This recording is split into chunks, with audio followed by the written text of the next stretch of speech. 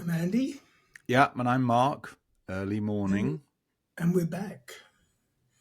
And we're actually back a lot quicker than people were expecting because I think I'm going to put both of these episodes out on Sunday. Really? Yeah, a All little right. treat for everybody. Well, do you know what well, obviously, I assume people are going to listen to the first part first, so they know we're talking about Davos. I actually Googled how many times did Epstein appear in Davos. Didn't register. He must have been there. I told you there's no records. It's like very, very secret. Oh. But you never know. I'll tell you what, working for Trump must be almost impossible.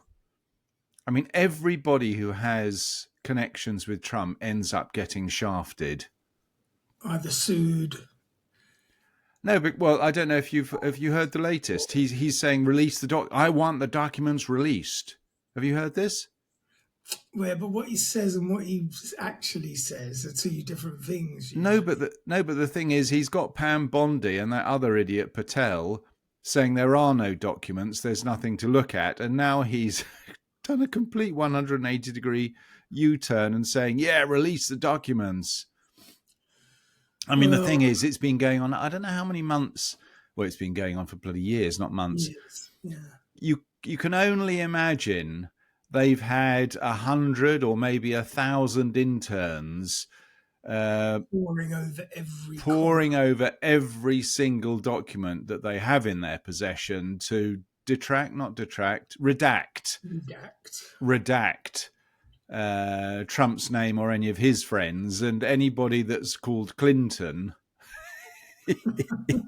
is in bold type. But the funniest thing I heard the other day, one of the emails that was released the other day, they were talking about Donald Trump giving Bill Clinton a blowjob. Have you heard this one?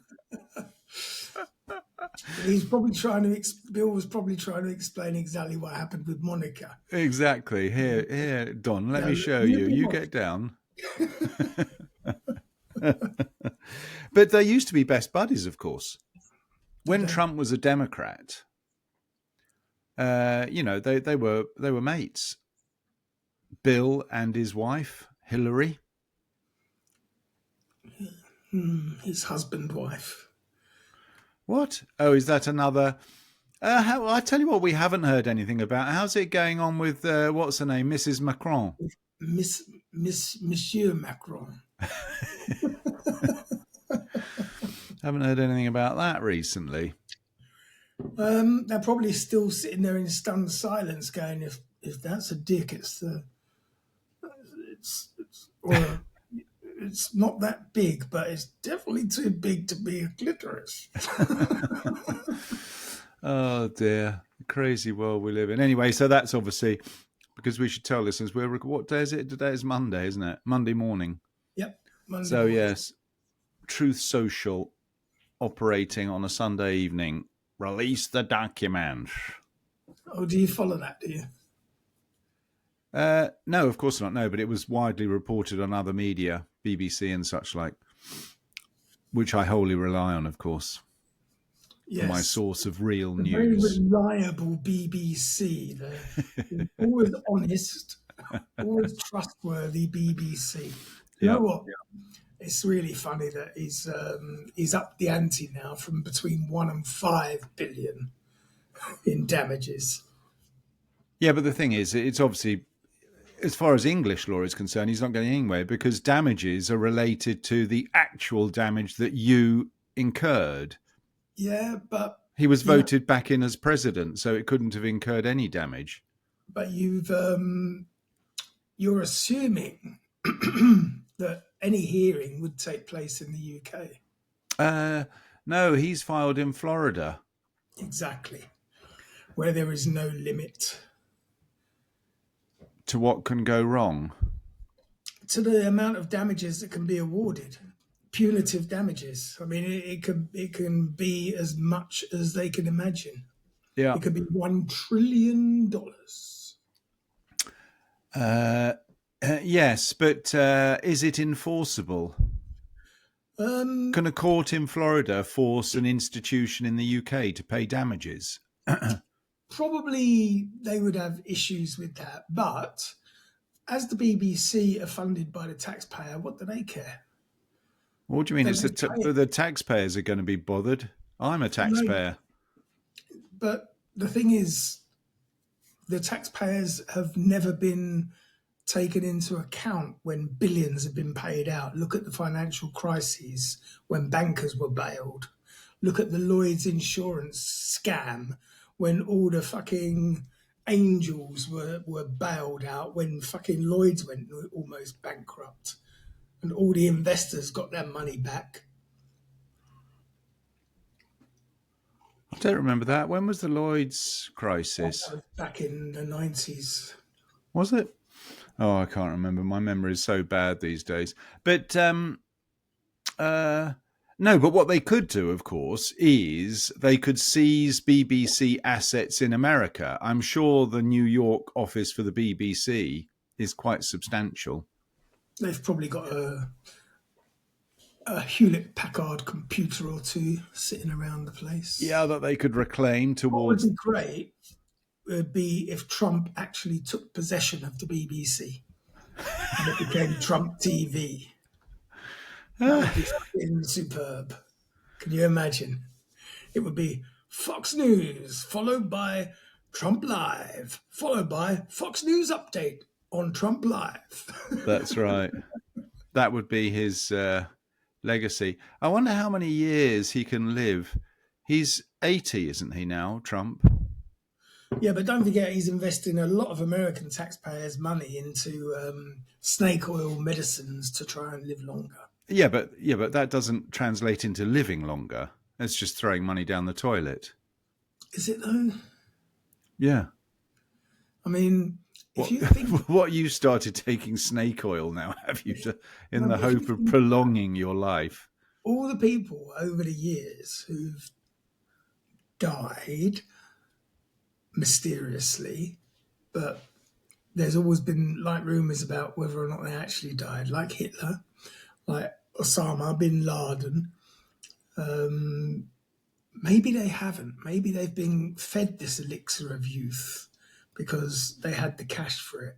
And Osama they're bin all Laden was caught in a hole. what?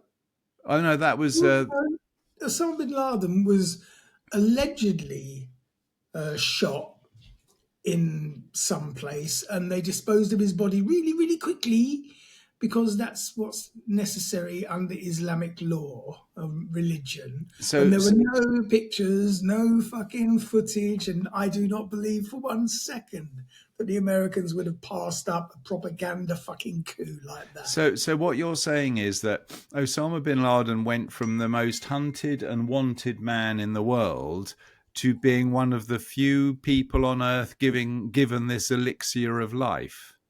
Do you know how rich he was? Do you know how rich his family are? Well, I know how rich his family are, but they're not Well, that rich. they're rich enough. They're not Elon Musk rich. They're sitting in. He's on an island somewhere with Epstein, Elvis, and Adolf. Idi Amin, they're all chewing. What do you mean? Idi Amin, he's chewing a leg bone of some poor sucker. Well, I'll tell you what, it definitely works. If Hitler's still knocking around on the island, that elixir of life, I want some as well, please. What I mean. Trump's. That's why Trump's bleeding the American economy. He's getting all those billions in the bank so he can buy his glass of the elixir. Have you worked out how many billions the family have amassed? I gave that as a bit of homework for you. No, I haven't got time for homework. No, so that's it. So that's in the news at the moment. All of that sort of stuff. Finally, it's cold here. By the way, it's -8 this morning. Oh, I haven't even checked here. So Alexa, what's the temperature? Right now, it's -10 degrees Celsius. Beat you. Today, expect a high of -4 degrees. -10 with a high of -4. Yeah. Well, there you go. Well, that's not too bad, is it? That's what we want. Bit of winter weather. Yeah, except I've got to go shopping after this. Oh, do you?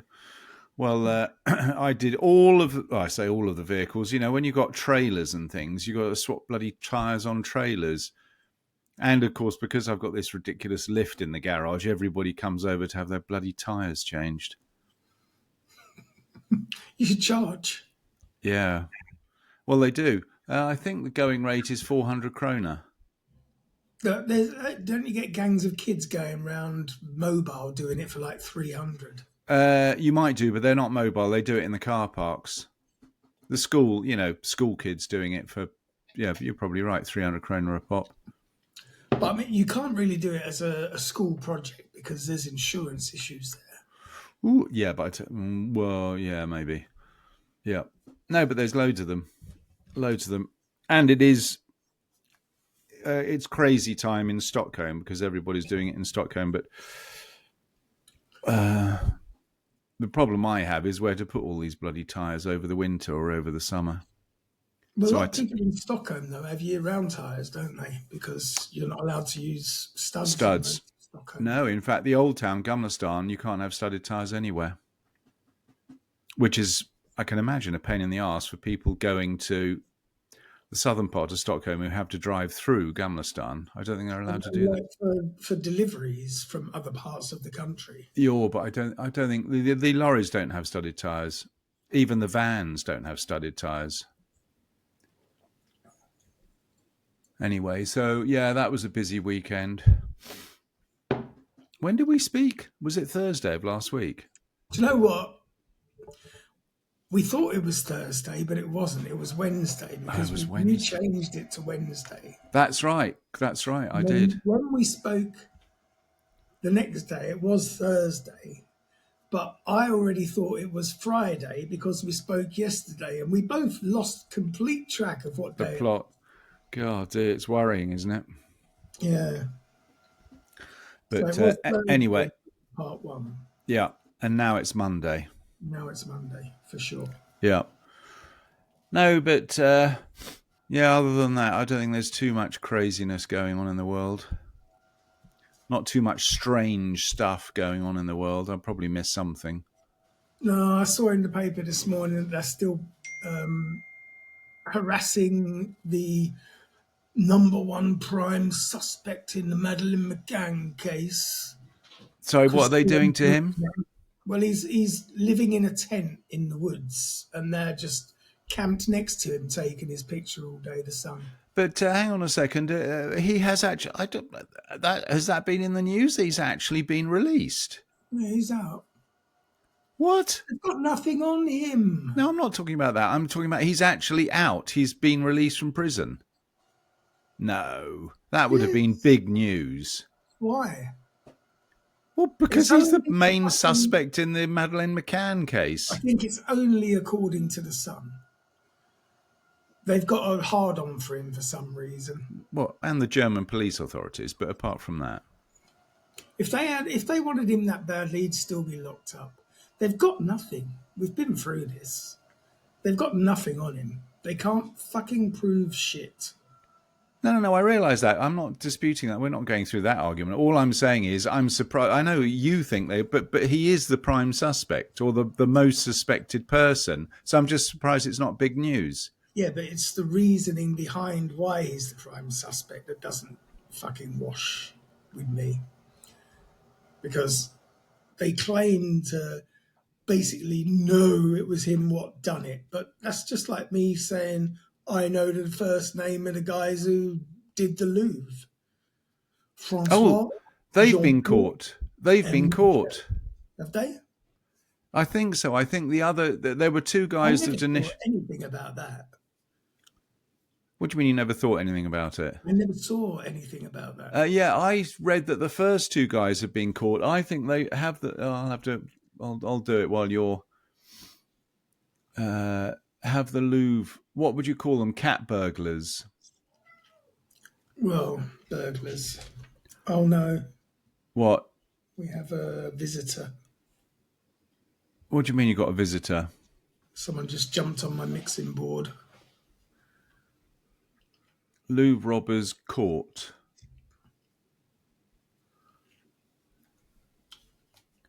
Yeah, 2 more charged over the Louvre.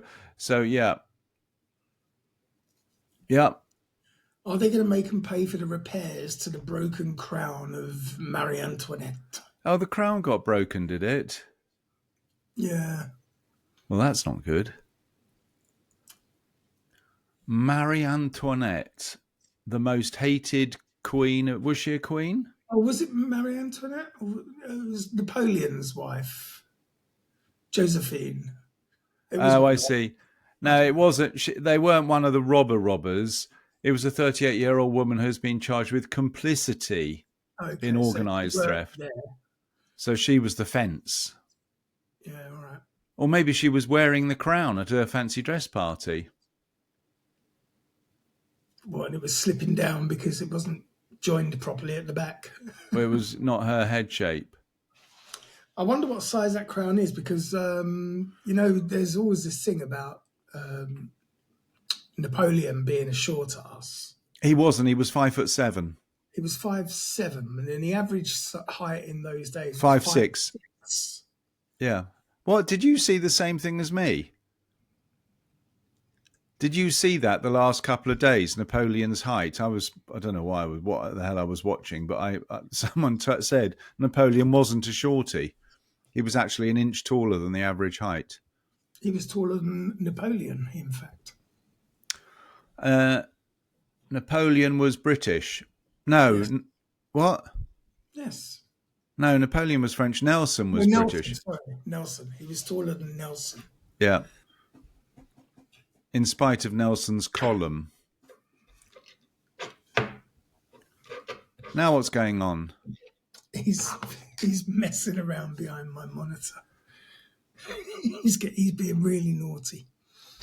He probably needs a walk. Why don't you take the cats out for a walk? You know why? No, I mean on a lead. Yeah, exactly. Exactly that. Oh. Because one, I'm not gay. What's that got to do with? No one takes their cat out for a walk on a lead. They sell cat leads in the pet shop. They're usually pink, aren't they? God dear. Anyway, it's snowing winter now. It's a good idea, maybe in the spring. I think quite a few around people. April. Yeah. No one does. You've never met anyone who does that. I know Eva bought a lead for the cat. I don't think she's ever taken. Oh, she has actually. Yeah, when the little one was young.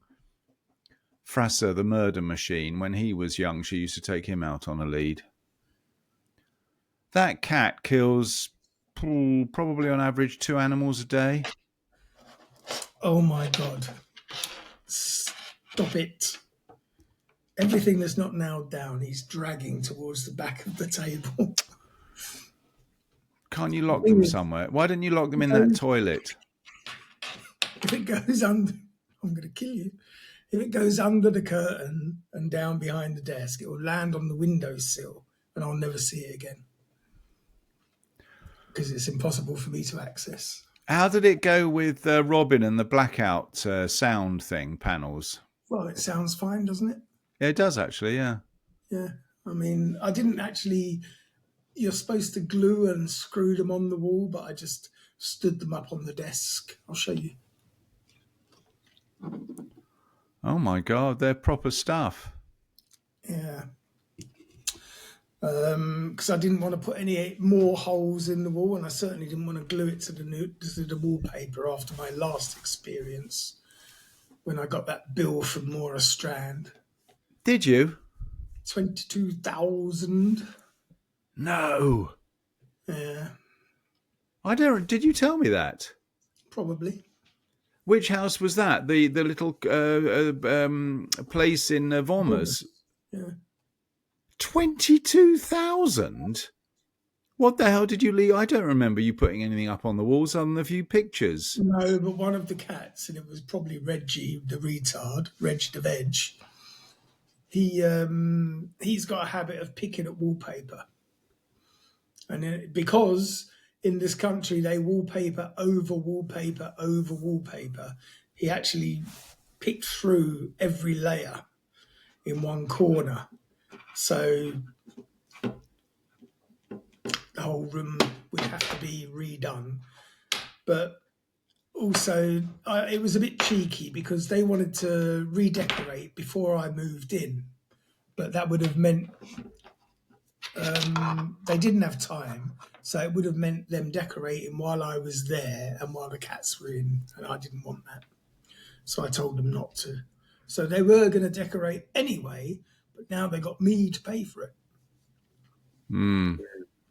Yeah, that is a bit cheeky. Yeah. Oh. Wankers. Oh. All right. It's quite a lot of money, though. Yeah. I mean, that's like 5 months' rent or something, or 4 months' rent. It was a lot of money. You couldn't even blame Phil. No. Anyway, it is what it is. It is what it is. I'm not getting caught in that trap again. So No. I'll just keep standing on the table, leaning against the wall. It works. Oh, I know what I haven't asked you. Are you buying anything on Black, whatever this Madness Friday is? No. No. Well, you might, Dan, you might want a new cat toilet. You might find a new cat toilet an absolute bargain. Need a new cat toilet. Well, there you go. Black Friday for a cat poo. Yeah, but I mean, the sort of stuff I buy is never on sale. It's always old stock, isn't it? I don't know. Maybe they've stuff. Maybe you can they get like cheap TVs and stuff because they're old-fashioned and newer models have come out. But you'll never get a new model of anything. No, I know, but I don't think the cats are too bothered whether they got the latest colour scheme on their toilet or not. I am. I will not have my cats having anything less than first class. How much is one of those? I think that one costs me about 7,000. And how much is that in real money now? I don't know, just call it 700 quid. For a cat toilet? I've had it how long? You have had it a few years, yeah. So maybe it's £100 a year. And how often, I don't want all the details, but how often do you actually have to shovel all that stuff out?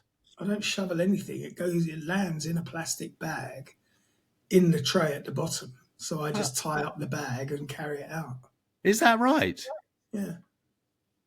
Oh, well, that actually is quite sophisticated. So literally you just put like a nappy sack liner in there. It's actually a proper full-size bin bag. No, it's not full. No, it is. And I stick it in the drawer and then I fold it underneath the drawer as well. Yeah. And I push it back in. And when it's time to fill it up, I just pull it out from underneath the drawer, pick it up, tie it in a big knot, and it holds a lot. I mean, it's more than the body weight of all the cats. So how often do you have to do that? Once a month? No, once every 7-10 days. Shit, they dump that much, do they? You heard them last time. It was going non-stop while we were recording. They were having a proper poo party. Do they ever do that? It's already gone twice while we've been doing this now. No. Yeah. God, dear. Every 10 days. Oh, no. Cleaning out that toilet. It takes like a minute. Oh. But it is a bit... I have to be a bit sneaky when I'm going towards the bins in case my neighbours see me with a big bag of shit heading towards them. Why? Is that not allowed? No, it is allowed, but, you don't want the gossip, do you? They don't know it's cat shit. Well, I should hope not. Maybe they go through your bins to determine what you get up to, Andy. It has to be a see-through bag as well. That's the thing. Why? Because if it's not see-through, then the sensor thinks the bag is full. All right, yeah. Because it sees black. Yeah. It has to see light.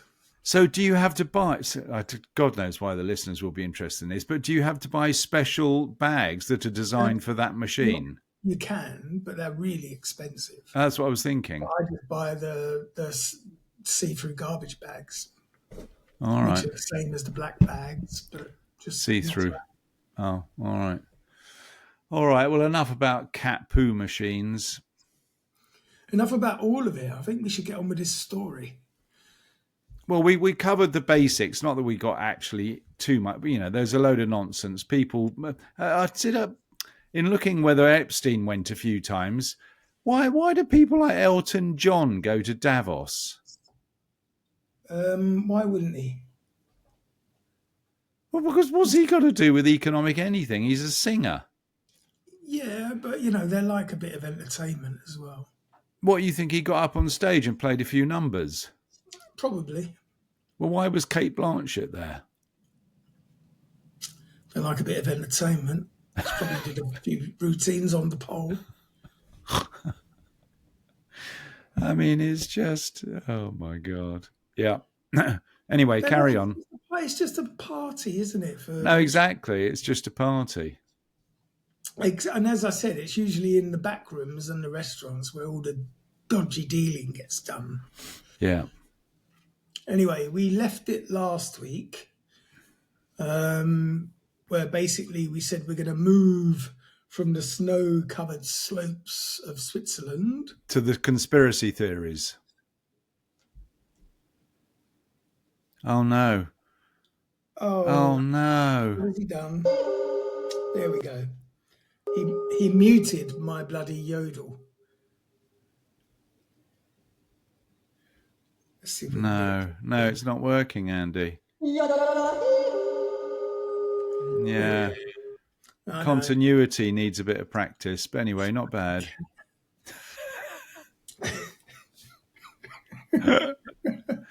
Yeah, so we're moving on to the internet, where, as I said, Davos became the shorthand for everything that was wrong with the world. Did it? Yeah, because it was hashtag Davos and other things. And it was the year 2020, and it began with an eerie quiet before the storm. A virus had begun to spread across continents, and within weeks, the entire planet shut down. Streets emptied, markets crashed, people stayed home, anxious and uncertain, except me, who was mocking the whole fucking thing. And somewhere in that silence, the world's balance of trust collapsed.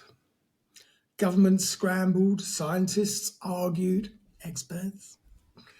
Social media filled with fear, and in the background, one man, Klaus Schwab, was already thinking ahead.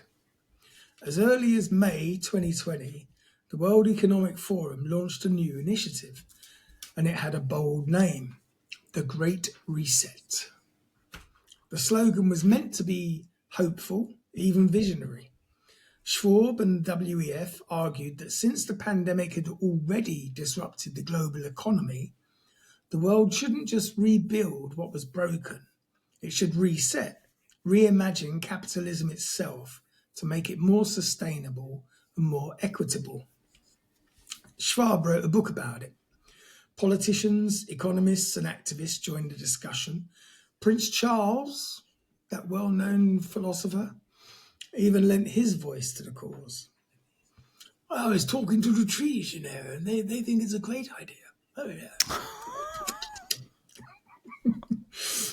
But to millions of people online, frightened, isolated, and angry, the phrase, the Great Reset, didn't sound very hopeful. It sounded more like a threat. And in hindsight, it's easy to see why. By mid-2020, the world was primed for conspiracy. Millions were glued to their screens. Misinformation spread faster than the alleged virus. People were losing jobs, losing trust, and losing all sense of control.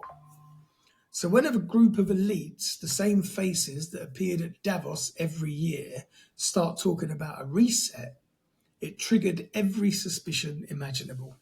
A reset of what exactly?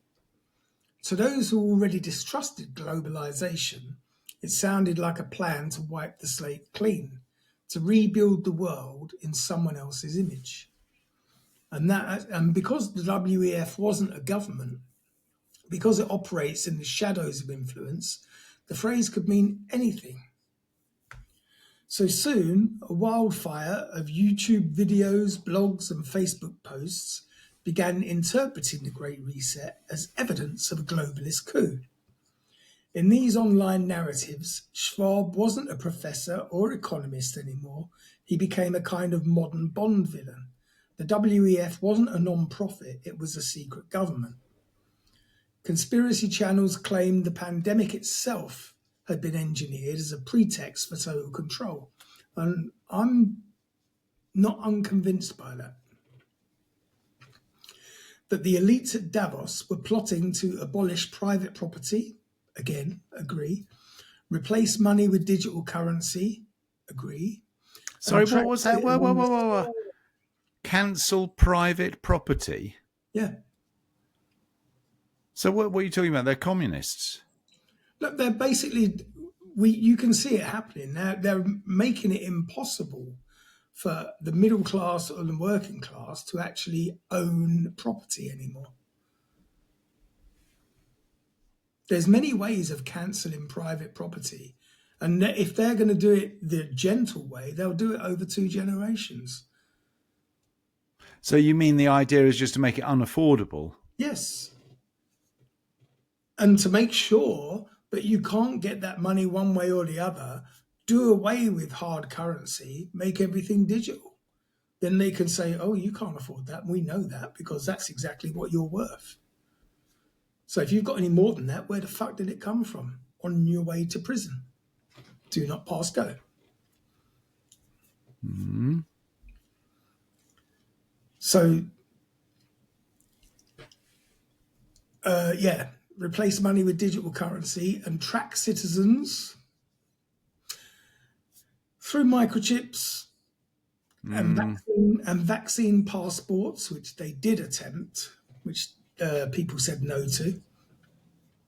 It didn't matter that none of this was in the WEF's plans. Once a phrase like the Great Reset enters the bloodstream of the internet, it mutates.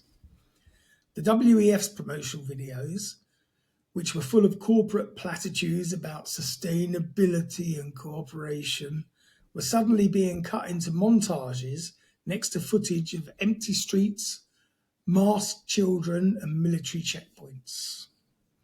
One particular line from a 2016 WEF article became the conspiracy theorists' holy grail.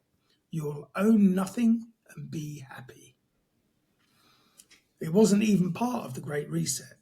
It was from a speculative essay imagining what life might look like in 2030, written by a Danish MP as a thought experiment and not a policy, so he says. But online, context doesn't matter.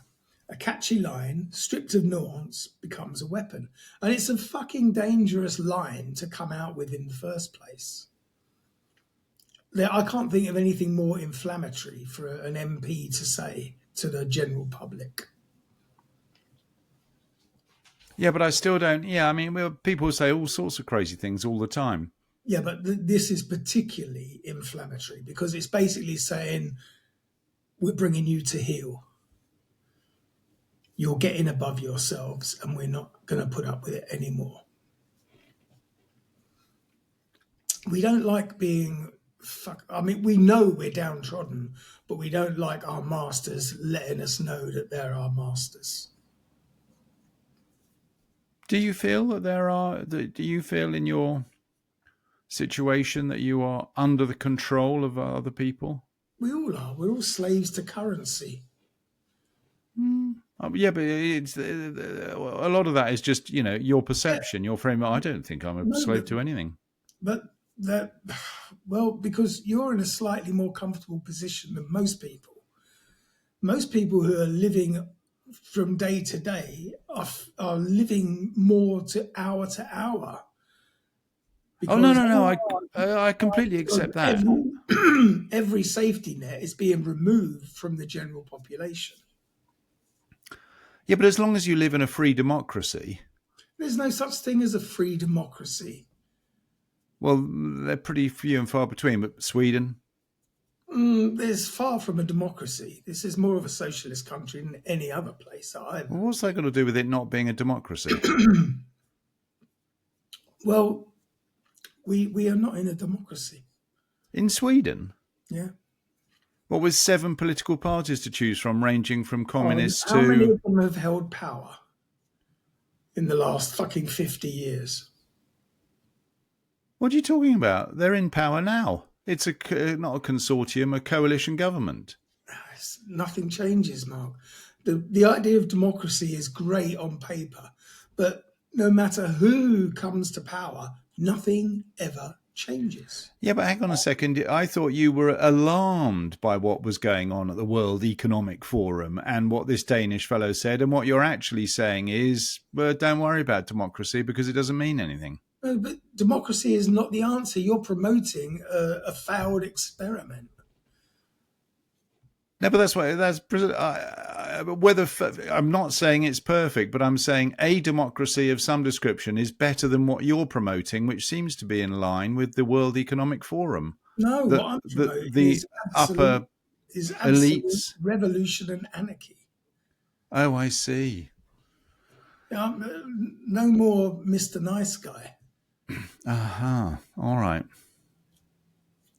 When were you ever considered a nice guy? I mean, just in case anyone was wondering. All right. So who gets to choose who's in power then? Well, the WEF became the perfect villain. The idea that elites wanted to make you own nothing, to take away your property, your privacy, and your freedom spread like wildfire. And by late 2020, right-wing pundits, now, see, this annoys me as well, because basically today, to be right-wing, all you have to do is disagree with anything that doesn't suit the left-wing agenda.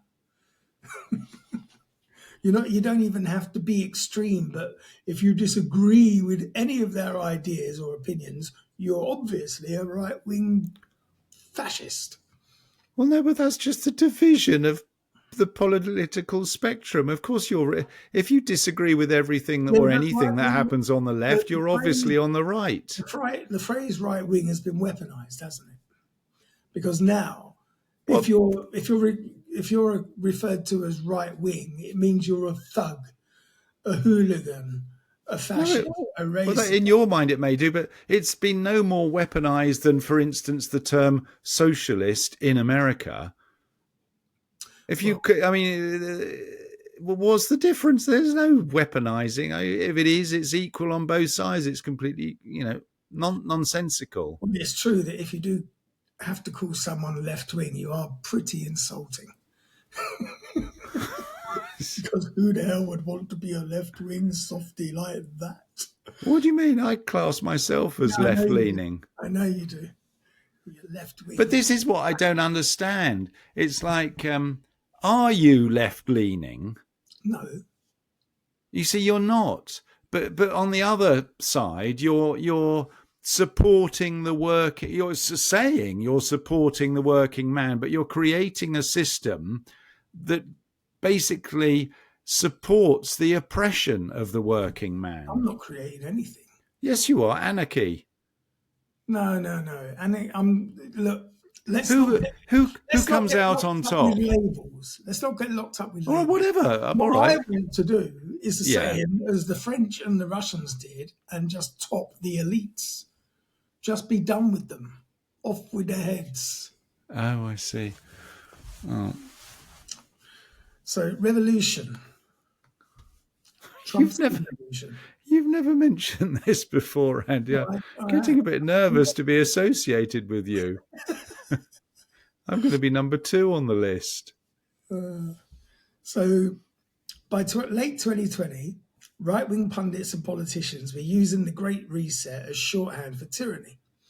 It was invoked by conspiracy influencers, libertarians, anti-vaccine activists, and even some mainstream commentators.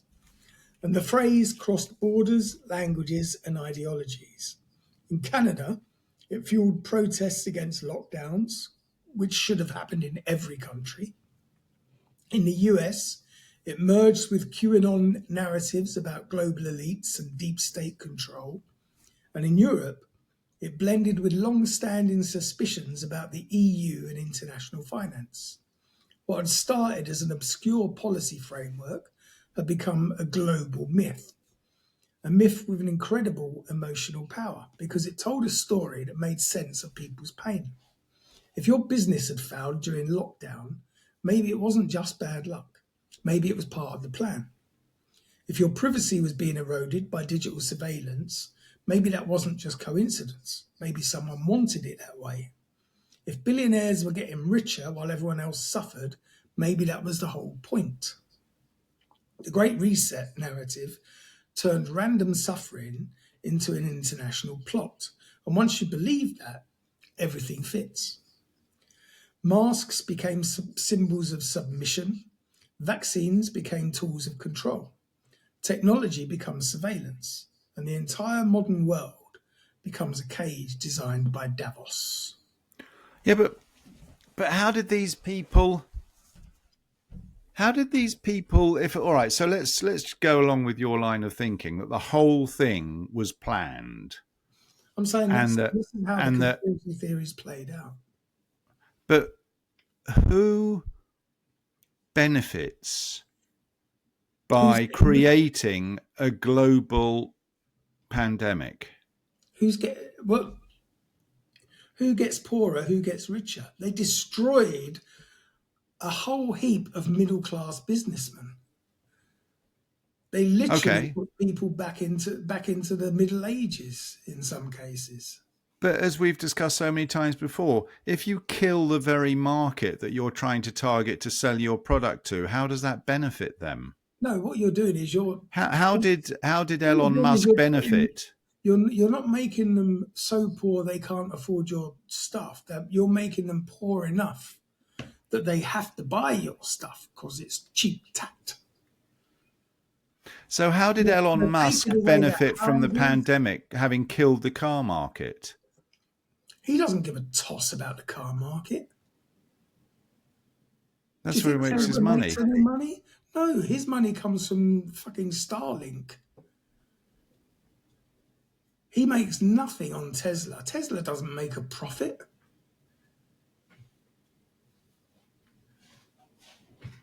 No, I mean, a car company that cost 50 fucking billion in research and development, and they've sold maybe 500,000 cars.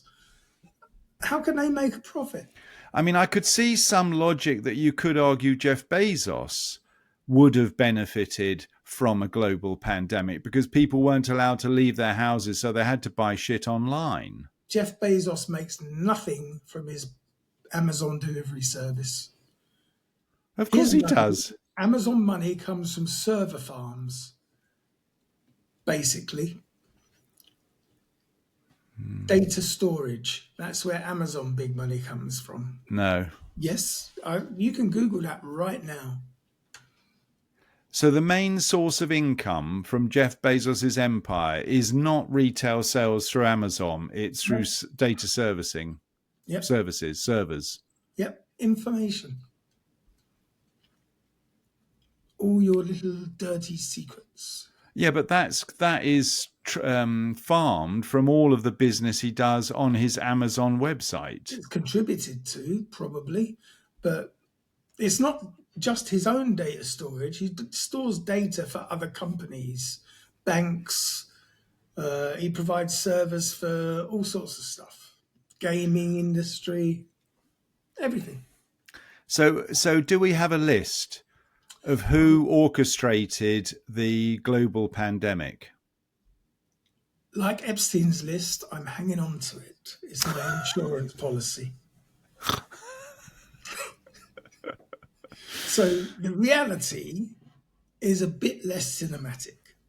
The WEF doesn't have an army, of course. It doesn't pass laws, and it doesn't own the world's infrastructure. But what it does have is access to the world's most powerful people and the ability to shape the conversations that they have. And that's both its strength and its vulnerability. Because when you gather the world's elite in one place and you surround them with cameras, slogans, and polished language, you don't need to hide anything to look suspicious. The optics alone tell a story, and it's a story that people already want to believe. And that's the uncomfortable part, that the Davos conspiracy isn't entirely baseless fantasy. It's a distorted reflection of something real, a deep, systematic imbalance of power. In that sense, conspiracy theories about the WEF act like mirrors. They exaggerate the features of our world that we don't want to look at directly: inequality, unaccountable influence, and the sense that democracy is becoming performative while real decisions are made elsewhere. When people say Davos controls the world, what they often mean is, I feel like I've lost control of my world. And that feeling isn't imaginary. Meanwhile, the WEF kept doing what it always does, holding conferences, publishing white papers, talking about building back better. But now it was being treated as the epicenter of a global plot. For Klaus Schwab, this was a nightmare scenario. He had wanted to inspire optimism about rebuilding society and instead had become the villain of 1,000 YouTube documentaries. Yet in a strange way, this moment also revealed the power of narrative itself, because if you strip away the conspiratorial noise, what the Great Reset really represented was an attempt to tell a story about global transformation after crisis. But in the information age, every story is up for grabs. The meaning of words, the intent behind slogans, they don't belong to the speakers anymore, they belong to the audience. And by 2020, the audience was fucking angry. The gap between elite optimism and public despair had grown far too wide. And when Schwab said we must reset capitalism, people heard we must replace democracy. When he said we must build trust in our institutions, people heard we must obey authority. The WEF tried to talk about reform, but the world heard revolution. And that's the paradox at the heart of Davos. Even when it talks about change, it does so from a position of extreme stability and privilege. The people who attend are the least affected by any crisis, yet they're the ones claiming to lead us through it.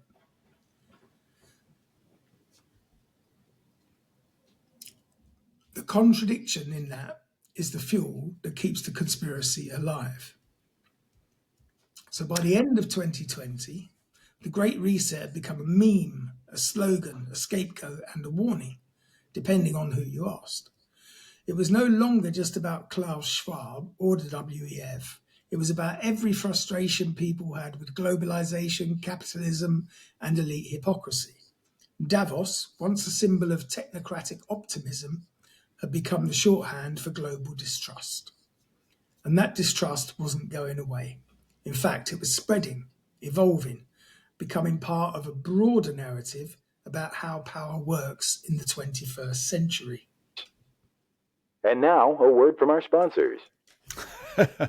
This January, come to Austria or Switzerland for Davos. I still don't understand.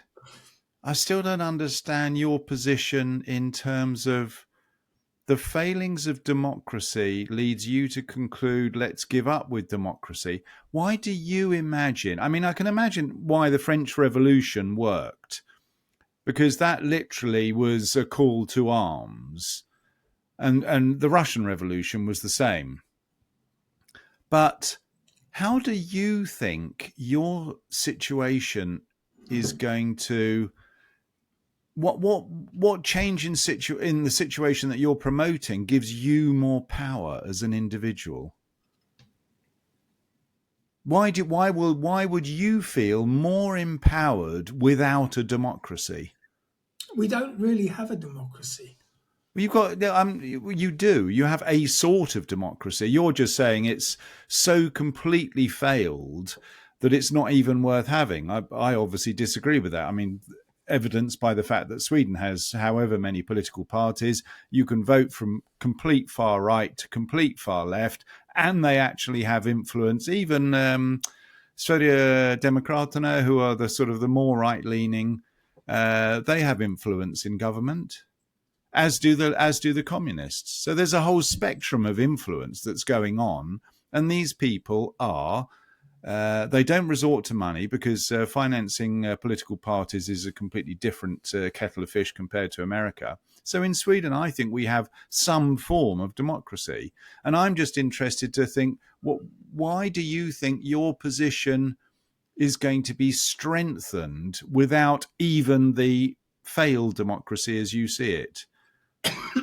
It's not it's not the failed democracy that's my biggest bugbear. It's the inequality over the distribution of wealth and power. No, but I'm completely in agreement. That is the biggest single problem that faces the world today, inequality of wealth distribution.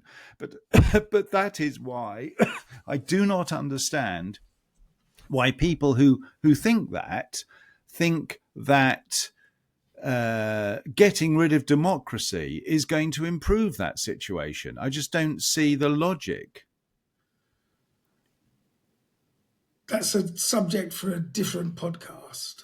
Well, yeah, but I mean, we're sort of touching on it because you're talking about the Davos elite. I know there's a lot of conspiracy that you're talking about, but the root of the problem is we're completely in alignment, inequality of wealth distribution. And what we seem to be talking about is what is the path to a more equal. I mean, that's why I'm always going on about Jeff Bezos. Jeff Bezos, I agree with you. He wouldn't be as successful as he is if it wasn't for the fact that he has so much power and influence over politicians that he's able to negotiate these ridiculously sweet tax deals. Yeah. It's not a level playing field. But I don't think demolishing the democratic process is the way forward, because I think that would give them more power, not less power. Well, no, but they would be removed. They wouldn't be. They wouldn't have any power. No, but they wouldn't be. That's the problem. And the simple fact is, as I've said so many times before, you as a consumer don't appreciate how much power you have. You could literally close Shell Oil, as the example I used in last episode. You could close that company down in a matter of weeks if we wanted to. How are they so close to the line between bankruptcy and profit? It's not that you don't have to put them into bankruptcy. All you need to do is show the shareholders of Shell or any company that if you step out of line to such an extent that consumers stop buying your product, just think of the overheads that Shell Oil run. Just think of the stockpiles of fuel that they have. And suddenly, from one day to the next, they're not actually selling any oil. How long would it take, not for them to go bankrupt, but from the shareholders to say, hang on a second, start knocking on the chairman's door, saying you've got to do something. You've got to take these environmental activists seriously. Otherwise, we're going to crash and burn. You don't actually have to put them into liquidation. Is exactly what happened in the financial crisis. It's the threat. It's the prospect of what's going to happen. The prospect of all those fat asses losing their little comfort zone. No, you're right, absolutely. But we could literally do that tomorrow. You could go out and if you had sufficient numbers of followers and say, stop using Amazon today, cancel your Prime channels, the empire would collapse within a month. I've already stopped purchasing my petrol from Shell. Yes, I know you do, but that's got nothing to do with... So all I'm saying is, rather than demolishing democracy or the democratic system that we have at the moment, you don't need to. All you need to do is have a consumer boycott. The democratic system as we know it is owned by corporations anyway. Not in Sweden. In America, absolutely. I completely agree with you, 100%. You can buy your way, as is evidenced by all the numbskulls that are there. And to an extent in the UK. Nigel Farage, as a perfect example, as a complete wankhead. He's got nothing to do with the interests of the UK. He was actually talking, he's been talking down Liz Truss. So the ex-Prime Minister of the UK was talking... Pretty ineffectual. 40 days she was in power, Yeah, and talking down the UK. wasn't it her who put the economy into free fall? Yes, because the markets suddenly decided this woman is an idiot and we've got to get her out. And so that happened there's a perfect example. That happened in 40 days. They took out a prime minister in 40 days. Yeah, but so why all can't I'm you do it to Keir Starmer? Because he's not that much of a numbskull. Oh, please. Coming straight in with his digital ID out of nowhere, out of left field. No, unfortunately, see, that's a perfect illustration. In the UK as well, it's getting bad, but it's not as bad as in the States. Keir Starmer, what could you do? He is a politician. He's not funded by Big Pharma or big agriculture or anything like that. He's funded by bloody Tony Blair.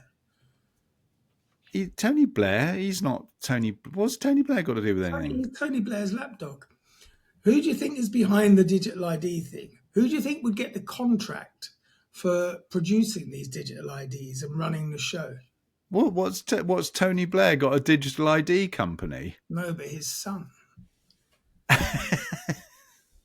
Really? What? Yes, his son is in the running to run the whole fucking operation. Oh, well, that's different. Multiple millions and billions of pounds. Oh. But anyway, you know what I'm saying. You can change the world tomorrow. It doesn't need a revolution, doesn't need anarchy, doesn't need a call to arms. I prefer the revolution. Yeah, but you're going to be losing out, Andy. No, I'm going to die soon, so it doesn't really matter to me. Well, no, but your kids, well, I say your kid, poor old Hannah, she's the one that's going to suffer because she's not an elite. She doesn't have $1 billion safety net. They're the only people that are going to survive. No, that's the whole point of the revolution, is to get rid of those people. Yeah, but they're not. You're not going to succeed because they disappear off to their islands. They've got private armies. We freeze their assets. We confiscate their assets. We make them one of us. We turn off their bank accounts like what they wanted to do to us. See how they like them apples. So you think you're going to be able to? Apples. You think they're going to be able to turn off their apple supply? I just don't see it. Anyway, let's get back on track. We are on track. This is what we're talking about. No, but you interrupted my flow. That sounds horrible. Well, actually, it's quite accurate. You're having a pee. So,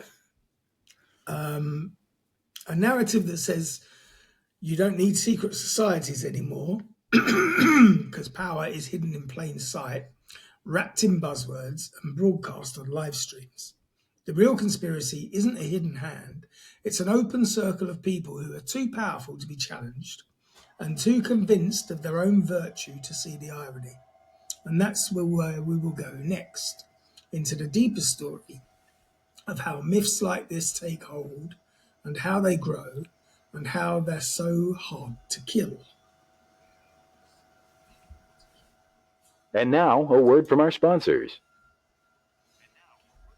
Who do you think? That's twice. Did you press the wrong button? No. Well, it's obviously not Big Pharma. So anyway, if you want to understand why the Davos conspiracy theory spread so successfully, you have to understand one simple truth. And that's that people don't believe stories because they're factually correct. They believe them because they feel true. And the story of Davos, of global elites gathering in an exclusive mountain town to discuss the future, feels like the perfect setup for a grand conspiracy. Think about the elements. You've got secrecy, even if it's just the secrecy of private meetings and exclusive lounges. You've got wealth and power, not theoretical power, but literal presidents and billionaires. You have jargon, language that sounds like code to anyone outside the room. You have a leader, Klaus Schwab, an older intellectual with a distant accent and a love for sweeping declarations. And you have timing, a moment when trust in governments institutions, and media is collapsing. Put all of that together, and you have the ingredients of a modern myth. Because conspiracy theories aren't random. They emerge when official explanations fail to provide comfort. People turn to alternative narratives because those narratives offer clarity in a world that feels chaotic. In that sense, conspiracy theories are a kind of emotional coping mechanism. They take a world of complexity and reduce it to a world of intention. Instead of things are falling apart because of structural failures in global systems, a conspiracy theory offers someone planned this. Instead of we're facing a messy mix of inequality, technology, and political dysfunction, a conspiracy theory says there's a villain here somewhere. And since you have a villain, you have a story. You have order, you have purpose. And that's what the WEF provides in conspiracy imagination. Not a literal conspiracy, but narrative coherence. It becomes the symbol that ties together everything that people fear: the loss of privacy, the rise of AI, the intrusion of big tech, the disappearance of job security, the breakdown of community, and the feeling that the world is changing too fast without any of your input. It's no coincidence that many Davos conspiracy believers also distrust vaccines, digital currency, climate policy, immigration, the EU, the UN, and global corporations. To them, these are not separate issues. They're pieces of a puzzle that form a single image: global control. And that image is powerful because it simplifies the world and it turns 1,000 anxieties into one story. And that story feels empowering, even if the truth behind it may be a bit shaky. But Andy, aren't you a bit of a conspiracy theorist? In many respects, I am a conspiracy theorist.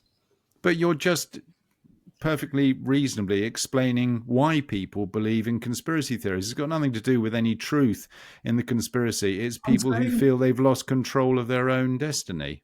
Yes, but I'm explaining the reasoning behind why people are quite happy to believe conspiracy theories. Yeah, no, I recognizing agree. The truth of something doesn't necessarily mean it's not true. Just recognizing how things come about doesn't necessarily mean that it's not what's actually happening. I think I follow you. I understand the ins and outs of conspiracy theory, but I also understand that some conspiracy theories are more true than others. Have more elements of truth in them to make them more believable. Some are 100% fact, mate. Like not landing on the moon. We know that one.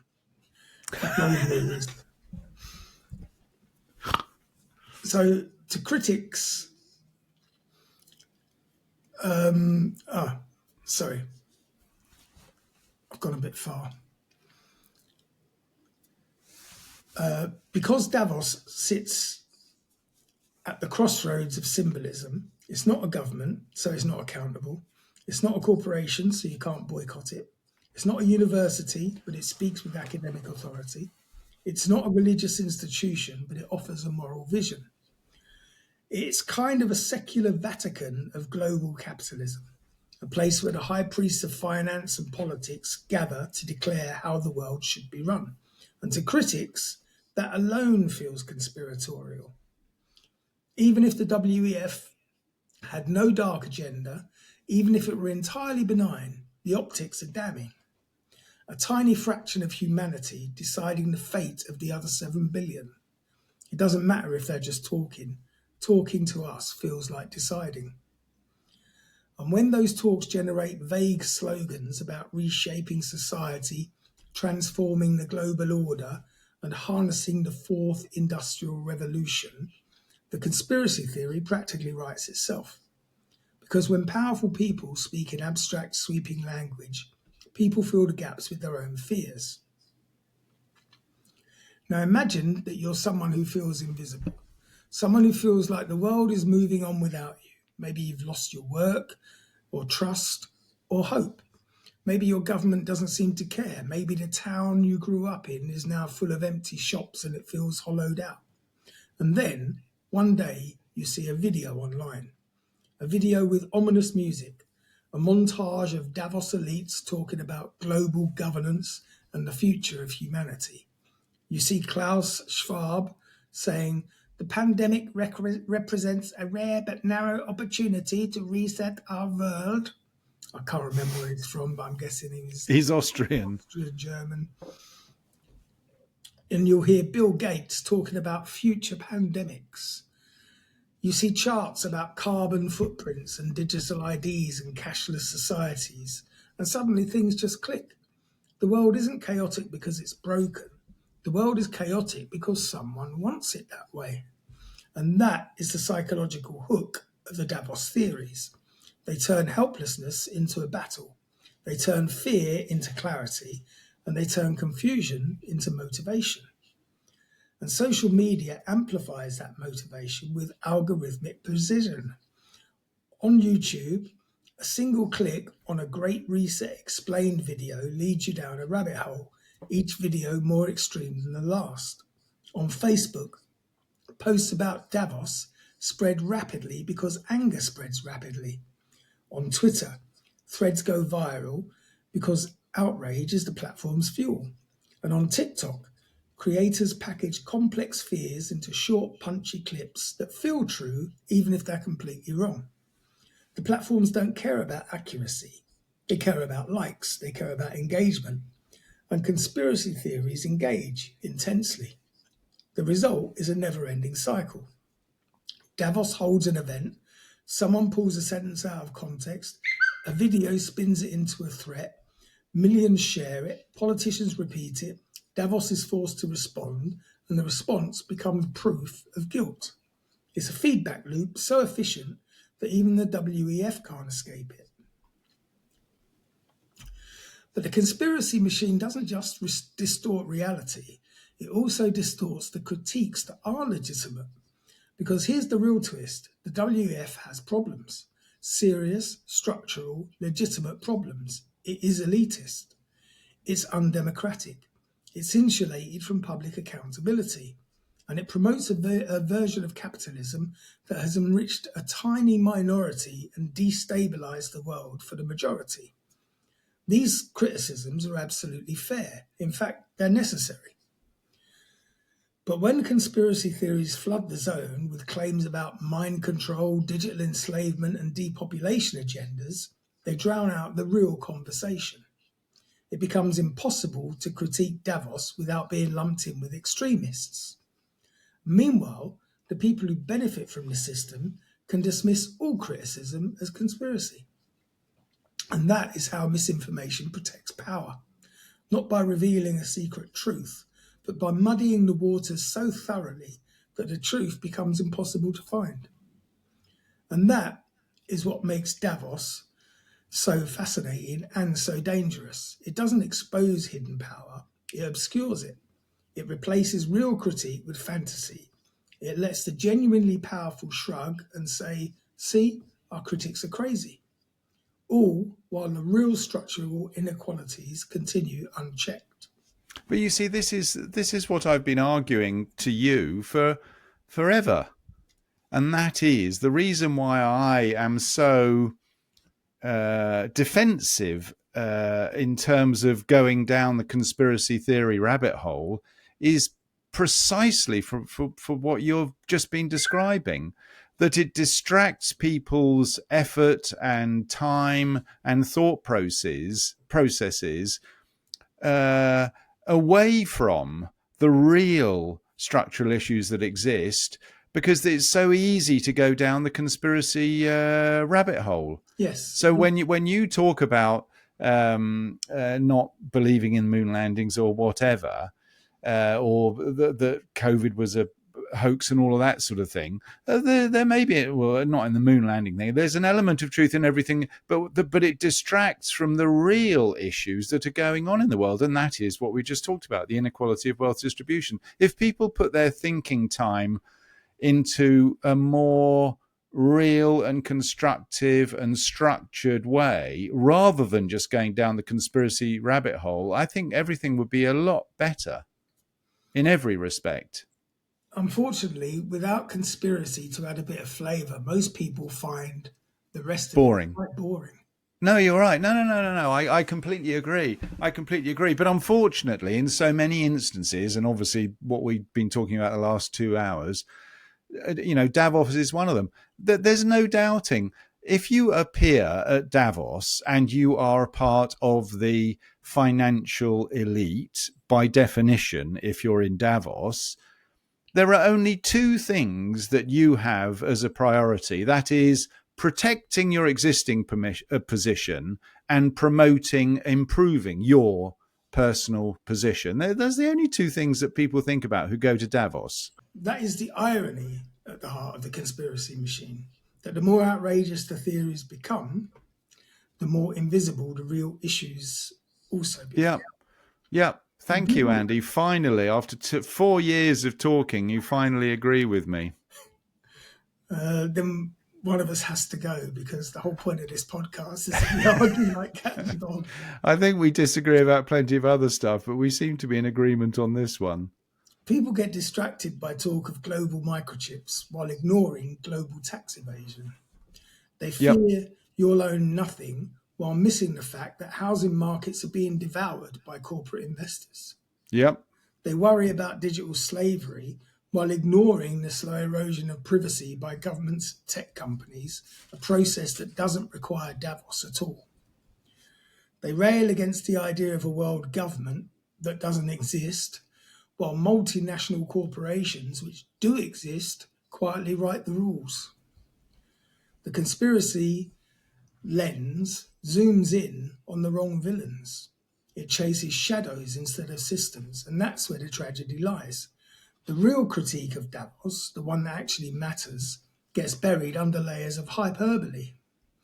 And that critique still exists, and it deserves to be heard, not as myth, not as paranoia, but as an honest examination of how power works in the 21st century.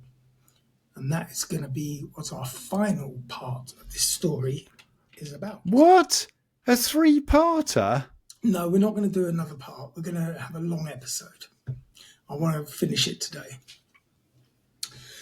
So if you strip away the conspiracies, the microchips, the secret plans, the new world order fantasies, what you're left with is something far more grounded and in some ways even more unsettling. Davos isn't dangerous because it's a secret government. It's dangerous because it isn't a government at all. Governments have obligations. They answer to voters, constitutions, courts, and laws. They can be criticised, challenged, and voted out. Davos is different. Davos is a network. It's a club of powerful individuals and institutions whose influence comes not from official authority, but from access, wealth, and connections.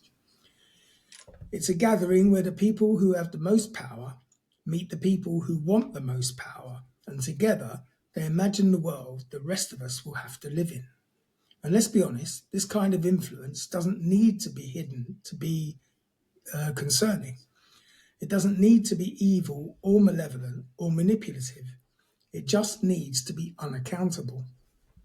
The World Economic Forum doesn't force anything on any nation, but it shapes global agendas, it sets narratives, it influences priorities, and it creates consensus among elites. And consensus among elites has a way of becoming policy, even if nobody voted for it. So here's the real critique.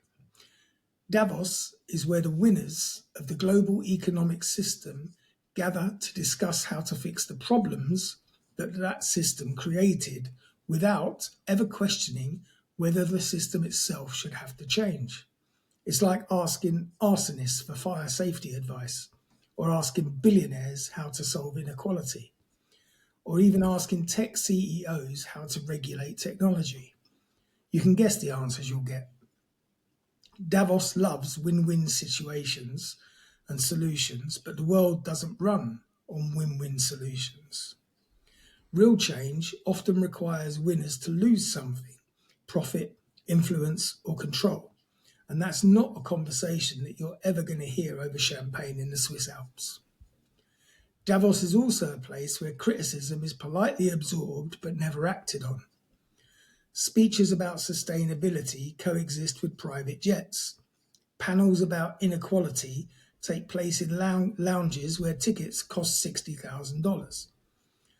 Discussions about democracy occur in a setting designed to exclude 99.9% of humanity. And the point isn't that the people at Davos are villains. Many are thoughtful, smart, and even well-intentioned. The point is that they're insulated. They see the world from a height so elevated that the details blur, the suffering softens, and the systems, the ones that benefit them, begin to look inevitable. And that's the real danger of Davos. Not a conspiracy, but a bubble. Not secret control, but selective blindness. And not malevolence, but hubris. Because when you live at the top of the world, literally and metaphorically, it's easy to forget what life feels like at the bottom. And when you forget that, the solutions you propose, even the well-meaning ones, can feel like impositions to everybody else. And this is why the WEF's language sounds so paternalistic, so condescending, and so out of touch. It's not because they're plotting to dominate the world, it's because they genuinely believe that they know what is best. It's technocratic idealism wrapped in corporate branding, not a grand scheme, but a grand assumption. And that assumption fuels resentment more effectively than any conspiracy theory ever could. So if the real problem is structural, abstract, and slow-moving, why do so many people prefer conspiracies?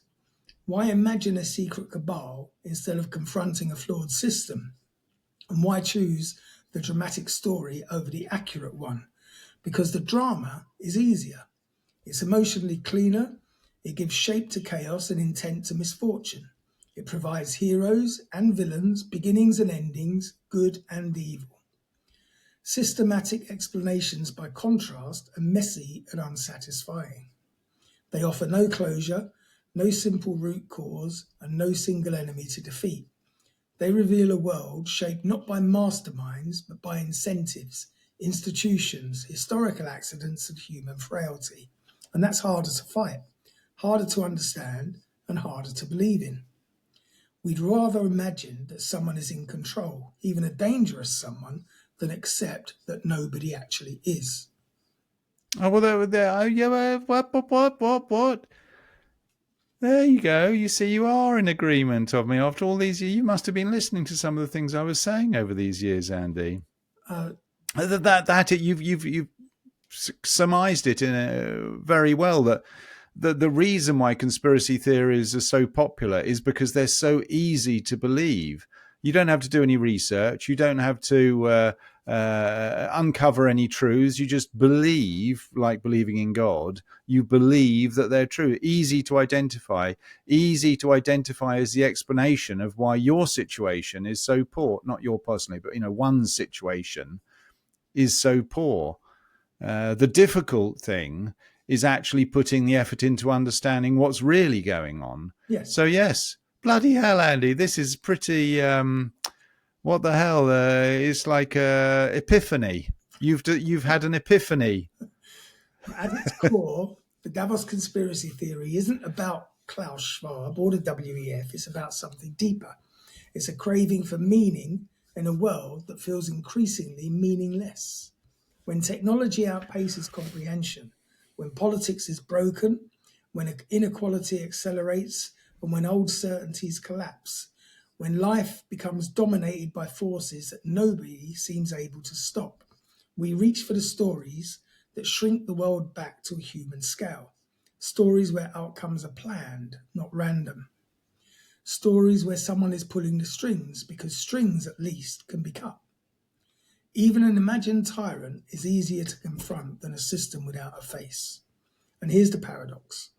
Conspiracy theories about Davos flourish not because Davos is powerful, but because ordinary people are powerless.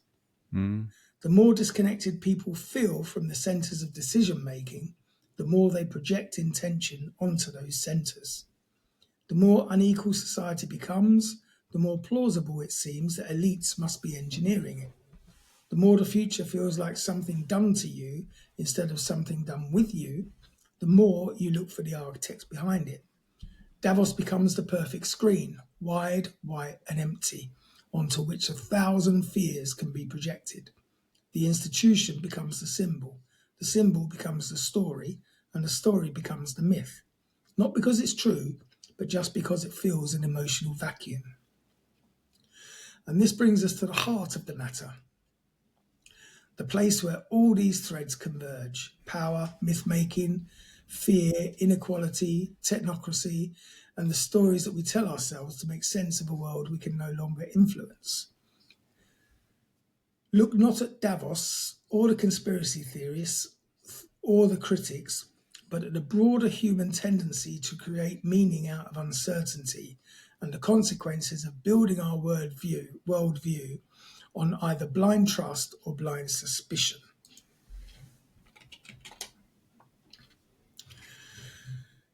In the end, the story of Davos isn't really about Davos at all.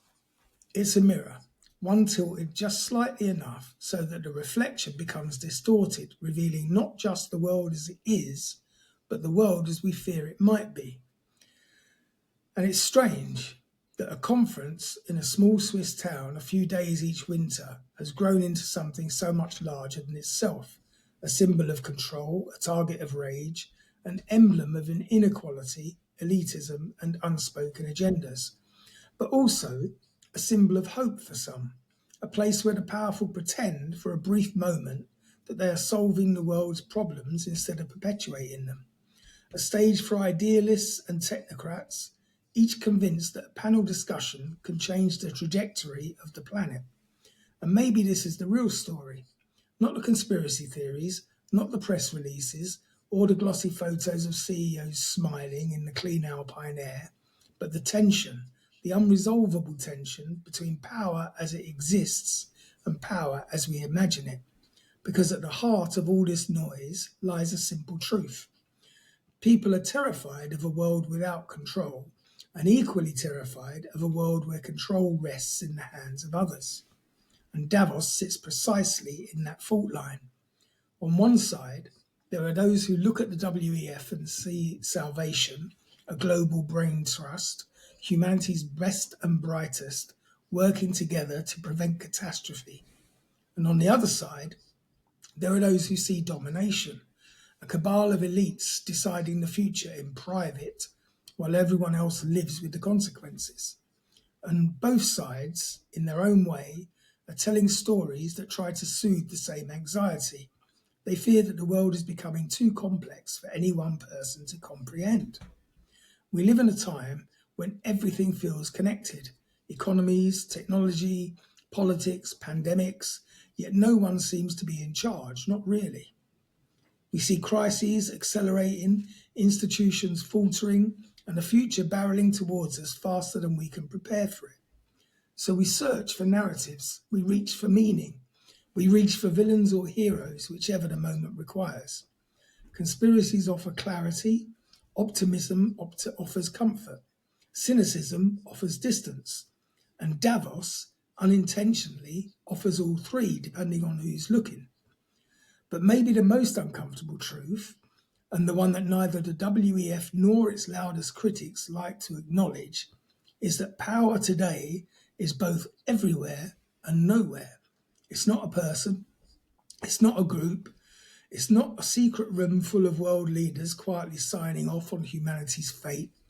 Power looks more like a swarm, a self-organizing cloud of incentives and structures, corporations motivated by profit, governments motivated by re-election, platforms motivated by engagement, individuals motivated by fear, hope, anger, and ambition.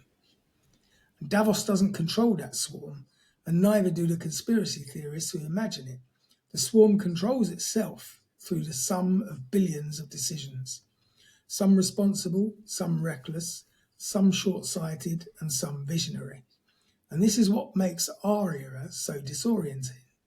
We know that the world is changing, and we know that someone is benefiting from that change, but we can't point to a single mastermind behind it.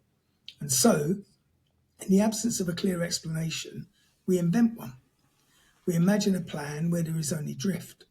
We imagine intention where there is only momentum. And we imagine a conspiracy where there is only a system, a sprawling, impersonal, indifferent system. But that system doesn't gather once a year in Switzerland.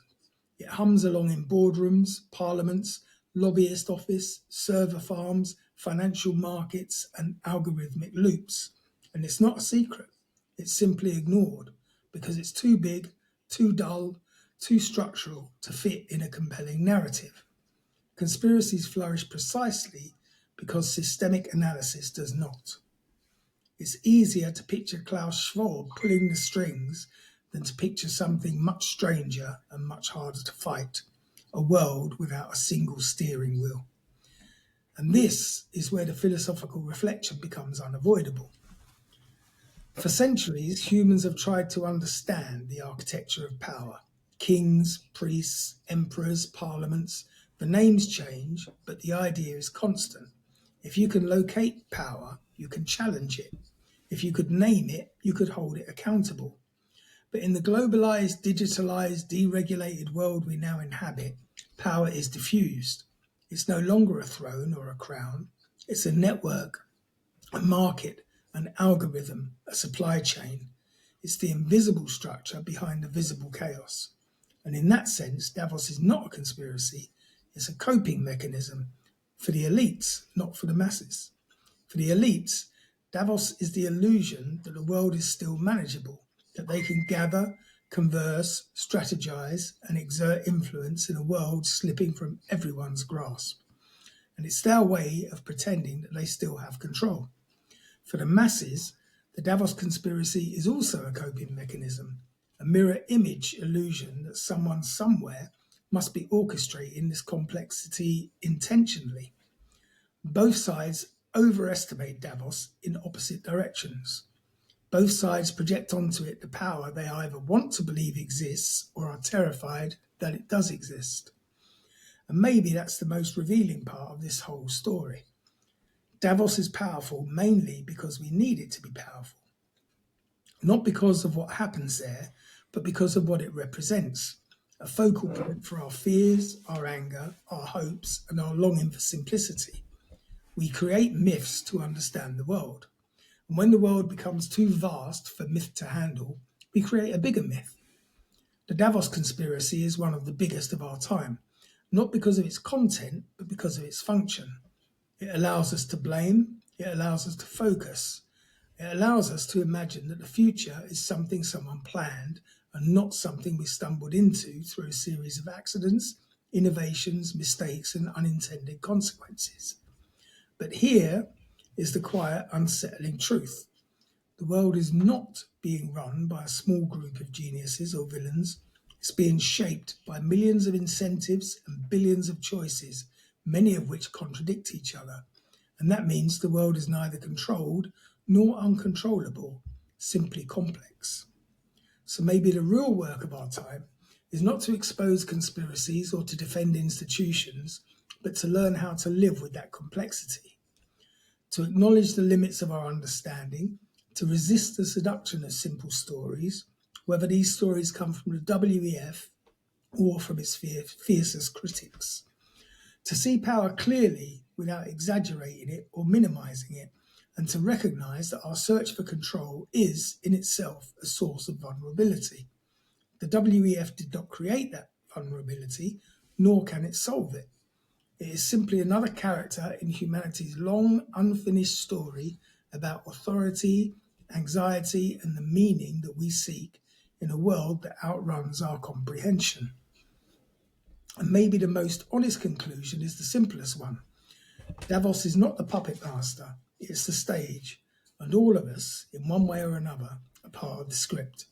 Because as long as we keep looking for someone to blame and someone to revere, someone to fear, someone to accuse of planning the unplanned, we remain characters in someone else's narrative and not the authors of our own.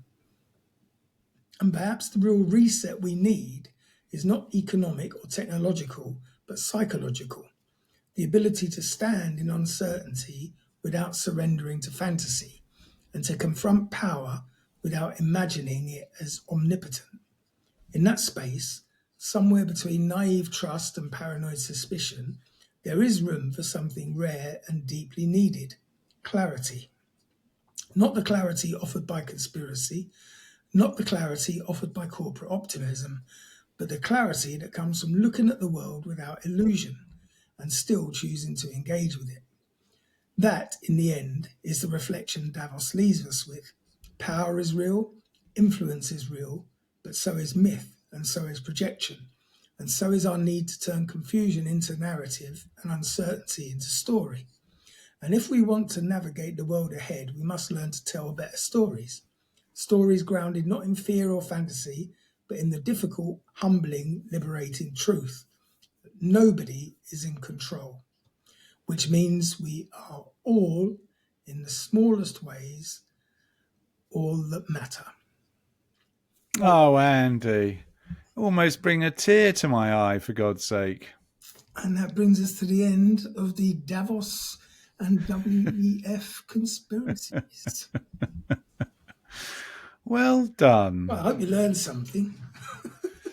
Well, the thing is that it's incredibly in line or aligned with, what the position I hold in these things. But unfortunately, the issue of complexity is something that is very difficult to overcome. We do live in a very complex world, and to penetrate those complexities requires a degree of effort and a degree of intellect, and motivation to want to do it. So that is the obstacle that we all have to overcome. We have to be willing to set aside or go through the apathy and make an effort to really understand what is going on in the world. And unfortunately, a lot of people, the very people that would benefit from doing it, don't have the energy because they're too engrossed in trying to just put food on the table, quite literally in many cases. And when they do, they just want to, in a way, relax without having to expend energy on trying to understand what's going on. And that is the downside, because the complexity exists. We can't simplify the world we live in. We can't, unless we have, funnily enough, and now I'm going to sound a bit like you, we have some sort of revolution. Yay. But it wouldn't be a revolution in terms of cutting people's heads off. It would be it would be a revolution in terms of cutting out the technology that is driven by these algorithms and everything. And in fact, funnily enough, the kickback has started, and we talked about it however many weeks ago, that Australia, for instance, are banning social media access to under 16-year-olds. It's a relatively trivial start, but it could have an enormous impact if we're able to wean ourselves off social media. But unfortunately, by telling the under 16s that they're not allowed to have social media in Australia, will just guarantee that 100% of under 16s will have social media. Well, you might be right, but at least there is some recognition that we live in a world driven by algorithms and God knows what, and the only way to weaken that position is to stop providing the data. And the only way to stop providing the data to the algorithm is to stop accessing those media platforms. But yes, yeah, I mean, it's very interesting. It's quite early. It's 10:30 on a Monday morning to be talking about these issues, but certainly it is going to take some sort of revolution, unfortunately, just probably not the Marie Antoinette type of revolution. Oh, I hope it is. But anyway, we better bring this to a close. We've been at it for an hour and a half. Yeah. So yeah, thanks for listening, everybody. I Yeah. hope you found this interesting and not too sort of boring. I am still very much a conspiracy theorist. Yeah, in spite of everything you've said over the last 95 minutes. And we'll be back next week with a ridiculously conspiratorial story, no doubt. Oh, dear. So in the meantime, have yourselves a strange week. Yep. Don't go to Davos. And if you do, don't pay $60,000 to sit in a room with Trump. Just follow what he says on Truth Social. It's the same shit. Yeah. So, bye for now. Cheerio for now.